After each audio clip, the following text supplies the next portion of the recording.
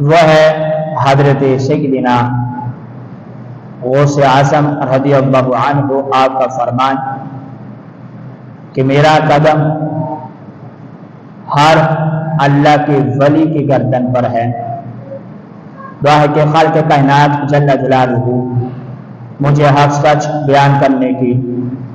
اور ہم سب کو سن سنا کر یاد رکھ کر عمل کی توفیق عطا فرمائے۔ واجب الاحترام، جس طرح کہ قرآن مجید قرآن رشید کی ایک آیت کریمہ تلاوت کی، رب ذوالجلال قرآن مجید قرآن رشید میں ارشاد فرماتا ہے ربما یود الذین کفروا لو کانوا مسلمین، کہ کتنی تمنا کریں گے وہ جنہوں نے کفر اختیار کیا کہ کسی طرح مسلمان ہوتے۔ یعنی کہ رب کائنات قرآن مجید قرآن رشید کے اندر اس مقام پر ان لوگوں کا ذکر فرما رہا ہے کہ جنہوں نے اسلام کو قبول نہیں کیا، جب آخرت والے دن اس لحاظ سے انہیں اسلام کی عظمت اور شان کا پتہ چلے گا تو انہیں اس لحاظ سے افسوس ہوگا کہ کاش ہم بھی مسلمان ہوتے، اور کچھ وہ احباب بھی ہوں گے کہ جو مسلمان تو تھے لیکن بعد میں زندگی کے اندر ہی انہوں نے کفر کو اختیار کر دیا۔ تو جب انہیں اسلام کی عظمت اور شان کا علم ہوگا تو اس لحاظ سے جب وہ کوشش کریں گے دوبارہ کلمہ پڑھنے کی تو رب کائنات ان کو یہ توفیق نہیں عطا فرمائے گا۔ پڑھنا تو چاہیں گے لیکن زبان کے اوپر کلمہ حق جاری نہیں ہوگا، وہ بھی اس لحاظ سے افسوس کریں گے کہ کاش ہم نے کفر کو اختیار نہ کیا ہوگا، کاش کہ ہم بھی مسلمان ہوتے تو ہمیں اس طرح دنیا کے اندر ذلت اور رسوائی کا سامنا نہ کرنا پڑتا۔ اب اس لحاظ سے اسی سے میں اپنی گفتگو کا آگے آغاز کرتا ہوں کہ حضور غوث پاک رضی اللہ عنہ آپ پیدائشی اللہ رب کائنات کے ولی تھے۔ اب اس لحاظ سے حضور غوث پاک رضی اللہ عنہ آپ کے لحاظ سے کہ آپ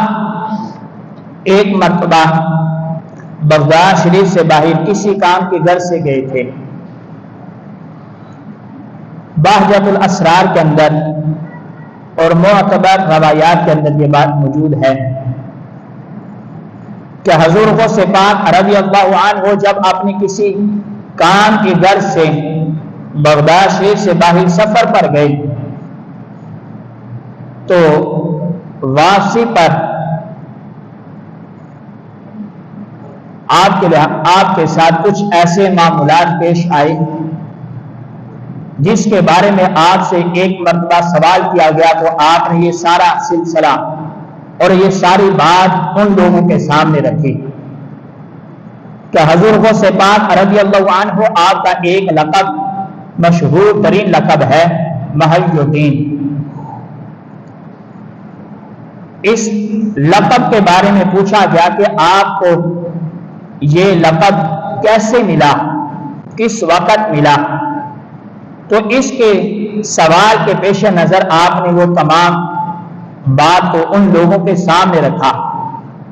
کہ آپ فرماتے ہیں کہ میں ایک مرتبہ بغداد شریف سے کسی کام کے گھر سے باہر نکلا تھا تو میں جمعہ مبارک والے دن جب واپس لوٹ رہا تھا تو میری صورتحال یہ تھی کہ میرے پاؤں کے اندر جوتا نہیں تھا، تو راستے میں ایک کمزور نحیف رنگ بریدہ آدمی مریض وہ زمین پر پڑا ہوا مجھے دکھا، اس نے مجھے عبد القادر کہہ کر پکارا، سلام کیا، میں نے اس کا جواب دیا تو اس نے مجھے اپنے قریب بلایا اور مجھ سے کہا کہ آپ مجھے بٹھا لیجیے۔ آپ فرماتے ہیں کہ میں اس کے قریب گیا، جب میں نے اسے زمین سے اٹھا کر صحیح طریقے کے ساتھ بٹھایا کہ بظاہر وہ دیکھنے کے لحاظ سے اپاہج تھا، زمین پر جیسے ایک چیز پڑی ہوتی ہے، آپ فرماتے کہ وہ بھی ایسے ہی زمین کے اوپر پڑا ہوا تھا، لیکن جب اس نے مجھے اٹھانے کے لحاظ سے کہا تو میں نے اس کو اٹھا کر زمین کے اوپر سیدھا کر بٹھایا، تو بٹھاتے ہی اس کا جسم جو تھا بالکل تندرست ہو گیا، اس کی جو صورت تھی وہ نکھر آئی اور اس کا رنگ جو تھا وہ چمک اٹھا۔ یعنی کہ پہلے وہ ایک کمزور آدمی تھا، نحیف، رنگ بریدہ، لیکن جب اس نے مجھے بٹھانے کے لحاظ سے کہا، جب میں نے اسے اٹھا کر بٹھایا زمین پر سیدھی طرح سے، وہ بالکل تندرست ہو گیا کہ جیسے اسے کسی قسم کی کوئی بیماری نہیں لگی تھی۔ آپ فرماتے کہ میرے دیکھتے ہی دیکھتے اس کی جو صورت تھی وہ بھی نکھر گئی، اس کا رنگ وہ بھی چمک اٹھا، اور آپ فرماتے کہ میں اس سے خوف کھاتے ہوئے، مجھے اس سے خوف معلوم ہوا، اور اس نے مجھے کہا کہ آپ مجھے پہچانتے ہیں؟ تو میں نے لا علمی کا مظاہرہ کیا کہ نہیں، میں نہیں جانتا، اس سے پہلے میں نے آپ کو کبھی دیکھا نہیں۔ تو اس نے آگے سے اس لحاظ سے کہا کہ میں دین اسلام ہوں،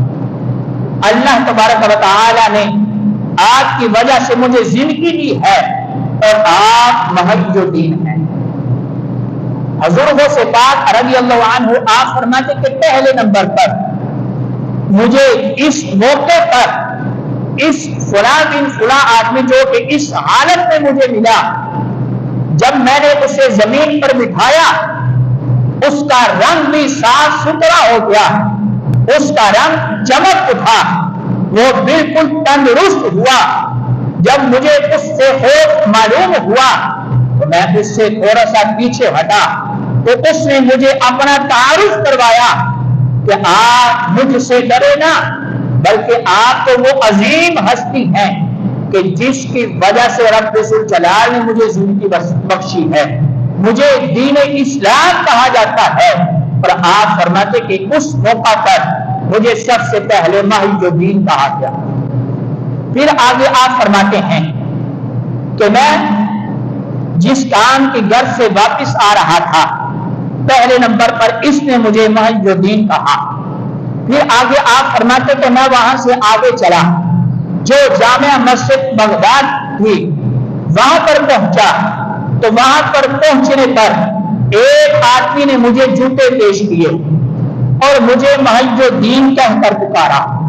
دوسرا آدمی یہ تھا۔ تیسرے نمبر پر آپ فرماتے کہ نماز کا وقت تھا، میں نماز کے لیے مسجد کے اندر گیا،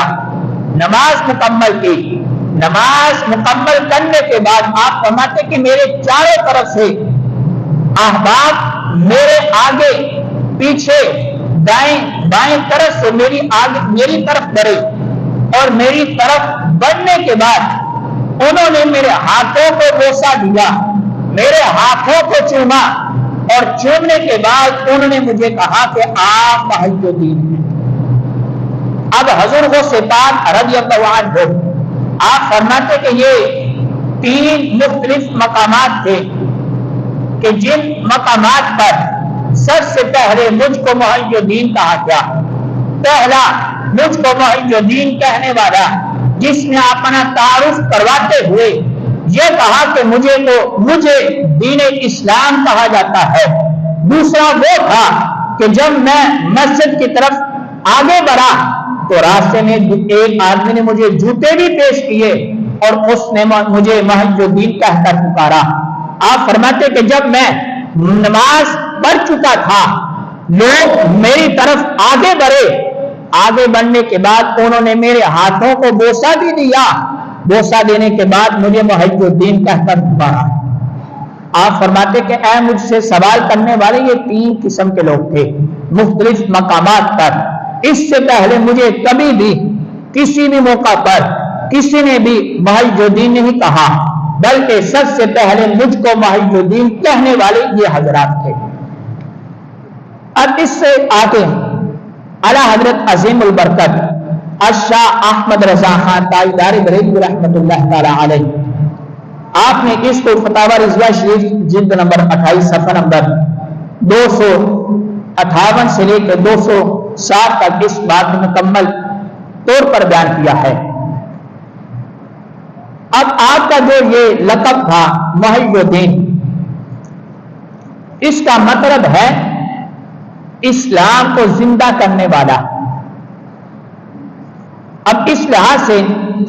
اعلیٰ حضرت عظیم البرکت الشاہ احمد رضا خان تاجدار بریلوی رحمۃ اللہ تعالی علیہ، آپ سے اس لحاظ سے سوال کیا گیا. سوال کیا تھا؟ اس لحاظ سے کہا گیا کہ میں کہتا ہوں اس وقت کا واقعہ ہے کہ جب آپ کمال کو پہنچے ہوئے تھے، یعنی کہ غوث اعظم رضی اللہ عنہ، اور آپ کی عمر شریف 40 سال ہو چکی تھی. سوال یہ پیدا ہوتا ہے کہ اس وقت اسلام کی ایسی حالت ہو گئی تھی کہ اس کو مردہ کہا جائے. اگر مردہ نہیں کہا جائے گا تو پھر آپ نے زندہ کس چیز کو کیا؟ اور پھر آپ کا لقب محی الدین کیوں ہوا،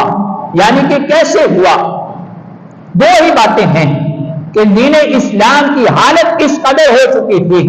کہ اس کو مردہ کہا جائے. اگر مردہ کہنا درست نہیں تو آپ نے زندہ کس چیز کو کیا؟ اگر آپ نے زندہ نہیں کیا تو پھر آپ کا لقب محی الدین کیسے پڑا؟ تو اعلیٰ حضرت عظیم البرکت الشاہ احمد رضا خان تاجدار بریلوی رحمۃ اللہ تعالی علیہ، آپ نے بڑا ہی خوبصورت اور بڑے ہی محبت بڑے انداز کے ساتھ اس بات کا جواب دیا کہ آپ فرماتے ہیں کہ اگر ہاں کہا جائے تو وہ ائمہ اعظام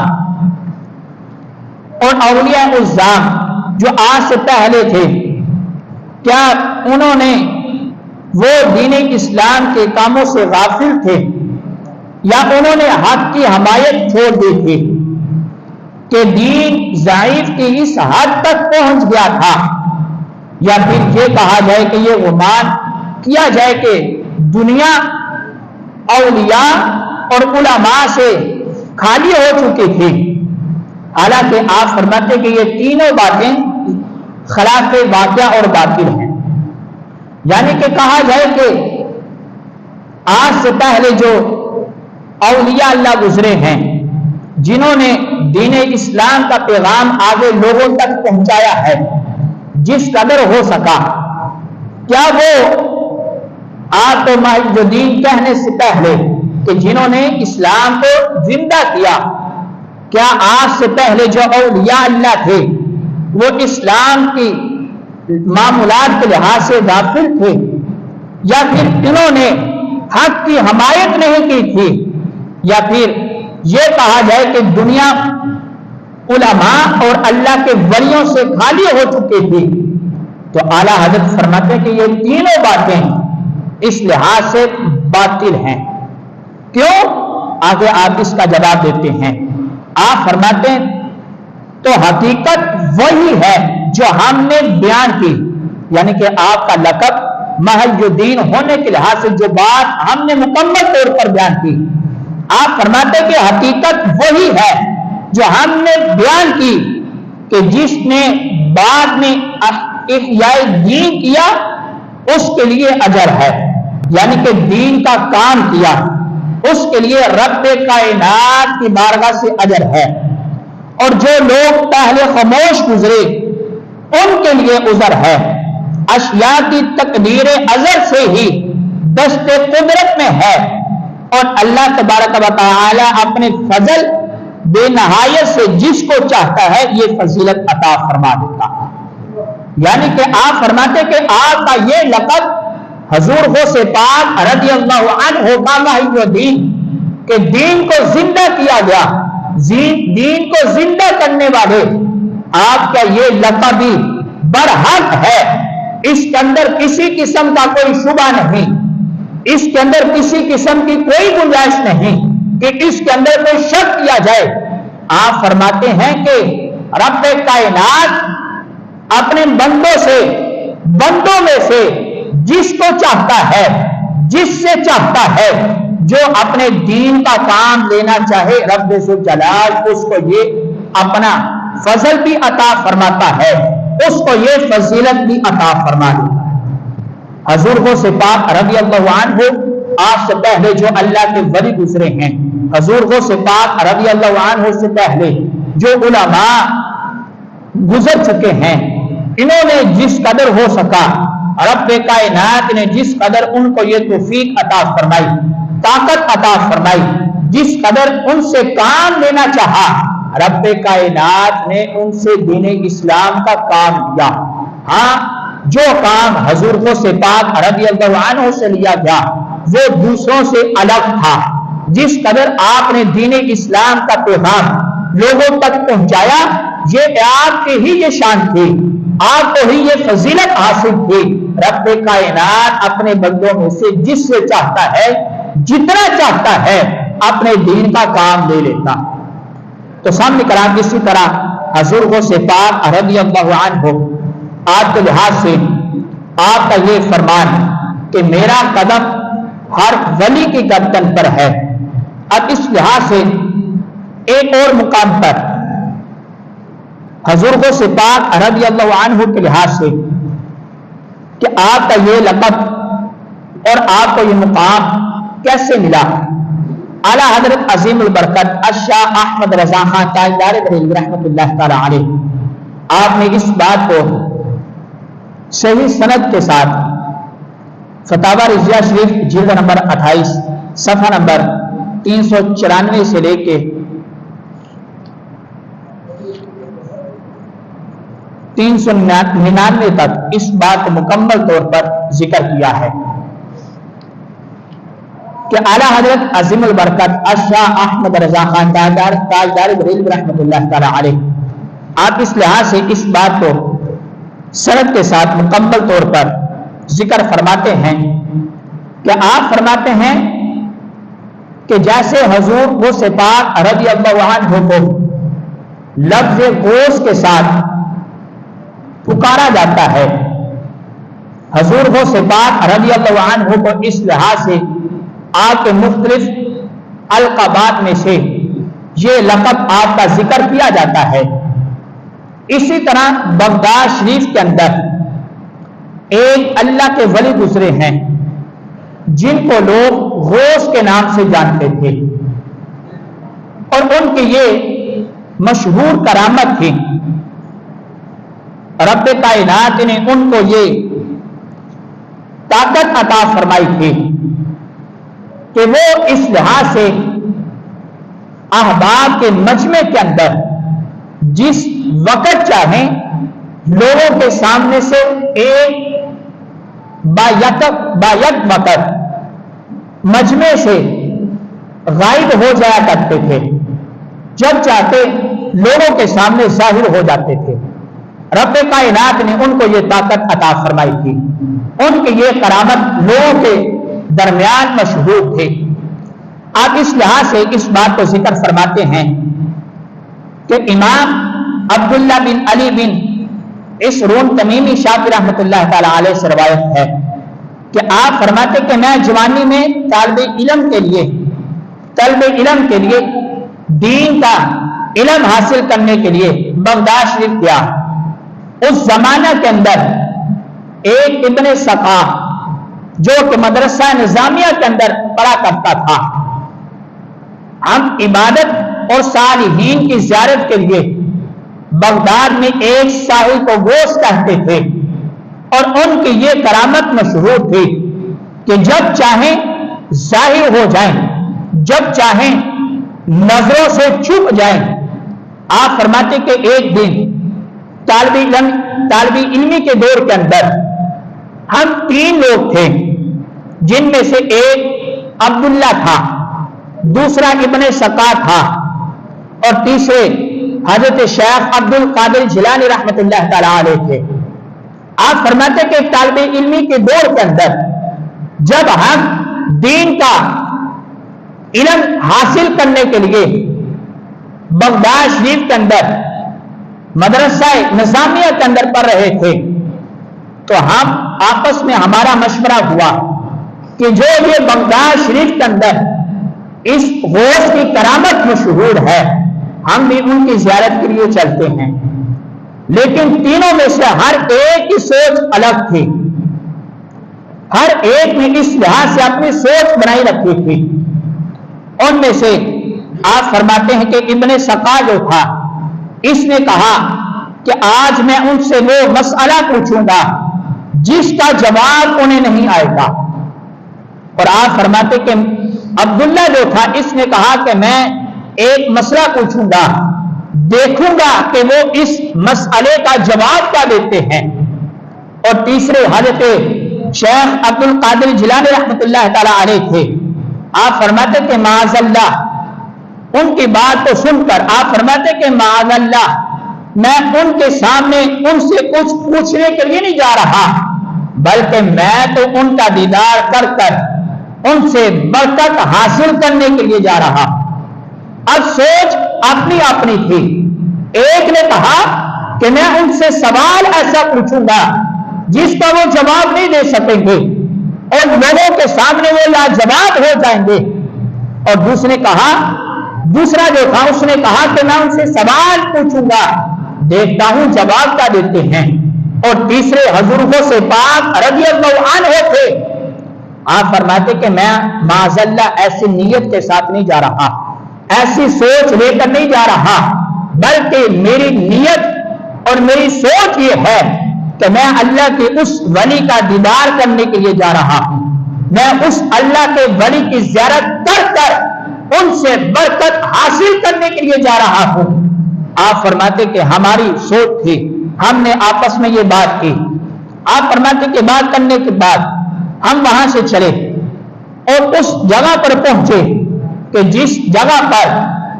وہ غوث اپنے احباب کے درمیان تشریف فرما تھے۔ آپ فرماتے کہ جب ہم اس مجمع کے اندر، اس اجتماع کے اندر، اس مجلس کے اندر پہنچے تو وہ غوث جو تھے وہ لوگوں کی نظروں سے چھپے ہوئے تھے، نظروں سے اوجھل تھے۔ آپ فرماتے کہ ہم نے بھی لوگوں کے ساتھ بیٹھ کر کچھ وقت انتظار کیا۔ انتظار کرنے کے بعد آپ فرماتے کہ کچھ دیر کے بعد وہ اللہ کے ولی اپنی مسند پر ظاہر ہو گئے، لوگوں کے سامنے جلوہ گر ہوئے۔ آپ فرماتے ہیں کہ انہوں نے جب لوگوں کے سامنے جلوہ گر ہوئے تو ہماری طرف دیکھا۔ آپ فرماتے کہ ہمارے تینوں کے چہرے کی طرف دیکھ کر وہ اللہ کے ولی جن کو غوث کہا جاتا تھا، آپ فرماتے کہ اس اللہ کے ولی نے ابن سقا کی طرف دیکھا۔ دیکھنے کے بعد اللہ کے ولی اس کے چہرے کو دیکھ کر آپ فرماتے ہیں اے ابن سقا، آج تو میرے سامنے وہ سوال کرے گا جس کا میں جواب نہیں دے سکوں گا۔ اے ابن سقا، تیرے سوال کرنے سے پہلے ہی میں تجھ کو بتاتا ہوں رب کائنات نے مجھ پر یہ کرم فرمایا ہے کہ تیرا سوال یہ ہے اور اس کا جواب یہ ہے۔ سوال بھی خود بتایا، اس کا جواب بھی خود بتا دیا کہ تو مجھ سے یہ سوال کرنے آیا تھا، اس کا جواب یہ ہے۔ اور پھر آپ نے اس لحاظ سے اس ابن سقا کا جو معاملہ تھا اس لحاظ سے اس کا بھی ذکر کیا۔ اور آپ فرماتے ہیں جو اللہ کے وہ ولی تھے جن کو لوگ غوث کہا کرتے تھے، آپ فرماتے ہیں کہ ابن سقا کی طرف دیکھ کر آپ نے غضب کی نظر سے ان کا سوال بھی خود بتایا، اس کا جواب بھی بتایا، اور آپ نے کہا کہ بے شک میں کفر کی آگ تجھ میں برکتی ہوئی دیکھ رہا ہوں۔ اور پھر آپ یہ بات کرنے کے بعد آپ فرماتے ہیں کہ اس اللہ کے ولی نے عبداللہ کی طرف دیکھا۔ دیکھنے کے بعد آپ نے کہا اے عبداللہ، تو مجھ سے وہ سوال کرے گا، سوال کرنے کے بعد تو تیرا ذہن یہ ہے کہ میں اس کا جواب کیا دیتا ہوں؟ اللہ کے ولی فرماتے ہیں کہ تیرا سوال یہ ہے، اس کا جواب یہ ہے۔ اور پھر اس کے بعد آپ نے فرمایا کہ دنیا اتنا غبار کرے گی کہ کان کی لو تک اس میں تو غرق ہو جائے گا، بدلہ تمہاری بے ادبی کا ہے۔ یعنی کہ جو تم نیت لے کر آئے تھے، جو تمہارا ذہن تھا، اس کے مطابق اللہ کے وہ ولی جن کو بغداد کے اندر غوث کے نام سے جانا جاتا تھا، انہوں نے ان ابن سقا کا سوال بھی بتایا، اس کا جواب بھی دیا، اور پھر عبداللہ نامی جو بندہ تھا اس کا سوال بھی بتایا، اس کا جواب بھی بتایا، اور پھر آپ نے اس لحاظ سے ان کا انجام بھی بتا دیا کہ تمہارا یہ حشر ہوگا، یہ تمہارے اوپر سختیاں آئیں گی۔ اور اس لحاظ سے حضور غوث پاک رضی اللہ عنہ آپ کی طرف جب اللہ کے وہ ولی جن کو غوث کہا جاتا ہے، انہوں نے جب حضرت شیخ عبد القادر جیلانی رحمت اللہ تعالی علیہ آپ کی طرف نظر پڑ کر دیکھا، دیکھنے کے بعد آپ نے کہا کہ میں دیکھ رہا ہوں کہ رب کائنات آپ کو وہ مقام و مرتبہ عطا فرمائے گا، آپ سے وہ دین کا کام لے گا، اور پھر رب کائنات آپ کو یہ عظمت اور یہ شان عطا فرمائے گا کہ بغداد کے اندر جب آپ واز فرمائیں گے تو واز فرمانے پر آپ یہ کہیں گے کہ میرا یہ پاؤں ہر ولی کی گردن پر ہے، میں دیکھ رہا ہوں آپ اپنی مسند پر تشریف فرما ہوں گے اور اپنی مسند پر بیٹھ کر اے عبد القادر جیلانی یہ کہیں گے کہ میرا یہ پاؤں ہر ولی کی گردن پر ہے، اور اللہ کے تمام اولیاء تمہارے سامنے اپنے گردنوں کو پیش کر دیں گے۔ اب یہ اللہ کے ولی جن کو بغداد کے اندر غوث کہا جاتا تھا، جن کی یہ کرامت مشہور تھی، جب چاہیں لوگوں کے سامنے آ جاتے تھے، جب چاہیں لوگوں کی نظروں سے اوجھل ہو جاتے تھے، انہوں نے تینوں کے لحاظ سے جو ان کے سوالات ذہن کے اندر تھے ان کا سوال بھی بتایا، ان کا جواب بھی بتایا، اور پھر ان کا حشر بھی بتایا کہ تمہارا دنیا کے اندر یہ معاملہ پیش آئے گا۔ اب اس لحاظ سے حضور غوث پاک رضی اللہ عنہ آپ اور رب کائنات نے یہ مقام عطا فرمایا۔ اب اس لحاظ سے ایک اور مقام پر حضور غوث پاک رضی اللہ عنہ کے لحاظ سے کہ حضرت سیدنا جنید بغدادی رحمت اللہ تعالی علیہ، جو کہ حضور داتا صاحب رحمت اللہ تعالی علیہ حضور غوث پاک رضی اللہ عنہ کے پیروں کے پیر ہیں، تقریباً 100 سال پہلے انہوں نے اس لحاظ سے یہ کہا تھا کہ آپ حضرت شیخ سید جنید بغدادی رحمت اللہ تعالی علیہ آپ اپنے مریدین کے حلقے کے اندر مجمع کے اندر بیٹھے ہوئے تھے، آپ نے مراقبہ کیا، مراقبہ کرنے کے بعد اچانک آپ نے یہ الفاظ بولے، سر اٹھایا، اور سر اٹھانے کے بعد بلند آواز کے ساتھ کہا قدم ہو علی رقبتی، ان کا قدم میری گردن پر، قدم ہو علی رأسی، ان کا قدم میرے سر پر، قدم ہو علی قلبی، ان کا قدم میرے دل پر۔ جب اپنے مریدین کے حلقے کے اندر یہ اللہ کے ولی حضرت سید جنید بغدادی رحمت اللہ تعالی علیہ آپ نے یہ 3 جملے بولے کہ ان کا قدم میرے سر پر، ان کا قدم میرے دل پر، ان کا قدم میرے دل پر، سر پر، اور اس لحاظ سے جب انہوں نے کہا کہ ان کا قدم میری گردن پر، یہ 3 جملے بولے تو مریدین جو پاس بیٹھے ہوئے تھے انہوں نے پوچھ لیا اے ہمارے پیر و مرشد، اے شیخ کامل، آپ کا یہ فرمان کہ ان کا قدم آپ کی گردن پر، ان کا قدم آپ کے سر پر، ان کا قدم آپ کے دل پر، بظاہر کوئی چیز نظر نہیں آتی، وہ کون سی ہستی ہے جس کا قدم آپ کے گردن پر ہے؟ وہ کون سی ہستی ہے جس کا قدم آپ کے سر پر ہے؟ وہ کون سی ہستی ہے جن کا قدم آپ کے دل پر ہے، تو 100 سال پہلے وہ اللہ کے ولی کہ جو حضور غوث پاک رضی اللہ عنہ کی ولادت سے پہلے 100 سال پہلے یہ فرما رہے تھے کہ ان کا قدم میرے سر پر ہے، ان کا قدم میرے دل پر ہے، ان کا قدم میری گردن پر ہے، وہ اللہ کے ولی حضور غوث پاک رضی اللہ عنہ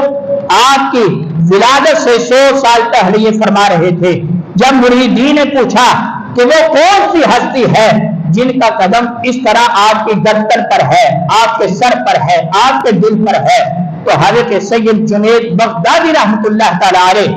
آپ فرماتے ہیں کہ ان کا نام اسم گرامی حضرت شیخ عبد القادر جیلانی رحمۃ اللہ تعالی علیہ ہے، اور ان کا لقب دنیا ان کو محی الدین کے نام سے بھی پکارا کرے گی جو بغداد شریف کے اندر پیدا ہوئے۔ تو سامنے کرام حضور غوث پاک رضی اللہ عنہ آپ کو رب کائنات نے اس قدر یہ مقام و مرتبہ عطا فرمایا ہے کہ جو بھی اللہ کا ولی ہے اس کی گردن پر حضور غوث پاک رضی اللہ عنہ کا قدم ہے، اور یہ مقام و مرتبہ پیارے محبوب علیہ السلام نے بھی ذکر فرمایا تھا۔ بہرحال وہ ایک علیحدہ روایت ہے، مختصر سے وقت کے اندر یہ چند باتیں آپ حضرات کے سامنے عرض کی ہیں، اور پھر آخر میں آپ احباب کے لیے اعلان بھی ہے اور ہمارے لیے خوش بختی بھی ہے کہ آپ کی اسی مسجد کے اندر انشاءاللہ 20 اکتوبر بروز اتوار، یعنی کہ ایک پرسوں اتوار ہے اور اس کے بعد آنے والا اتوار 20 اکتوبر بروز اتوار بعد از نماز عشاء آپ کی اسی مسجد کے اندر